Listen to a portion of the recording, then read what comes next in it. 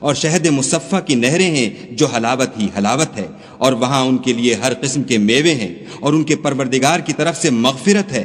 کیا یہ پرہیزگار ان کی طرح ہو سکتے ہیں جو ہمیشہ دوزخ میں رہیں گے؟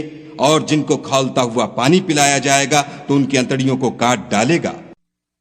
اور ان میں بعض ایسے بھی ہیں جو تمہاری طرف کان لگائے رہتے ہیں، یہاں تک کہ سب کچھ سنتے ہیں، لیکن جب تمہارے پاس سے نکل کر چلے جاتے ہیں تو جن لوگوں کو علم دین دیا گیا ہے ان سے کہتے ہیں کہ بھلا انہوں نے ابھی کیا کہا تھا۔ یہی لوگ ہیں جن کے دلوں پر خدا نے مہر لگا رکھی ہے اور وہ اپنی خواہشوں کے پیچھے چل رہے ہیں۔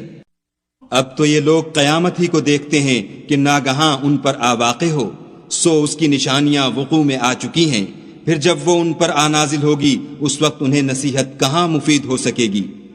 پس جان رکھو کہ خدا کے سوا کوئی معبود نہیں، اور اپنے گناہوں کی معافی مانگو، اور مومن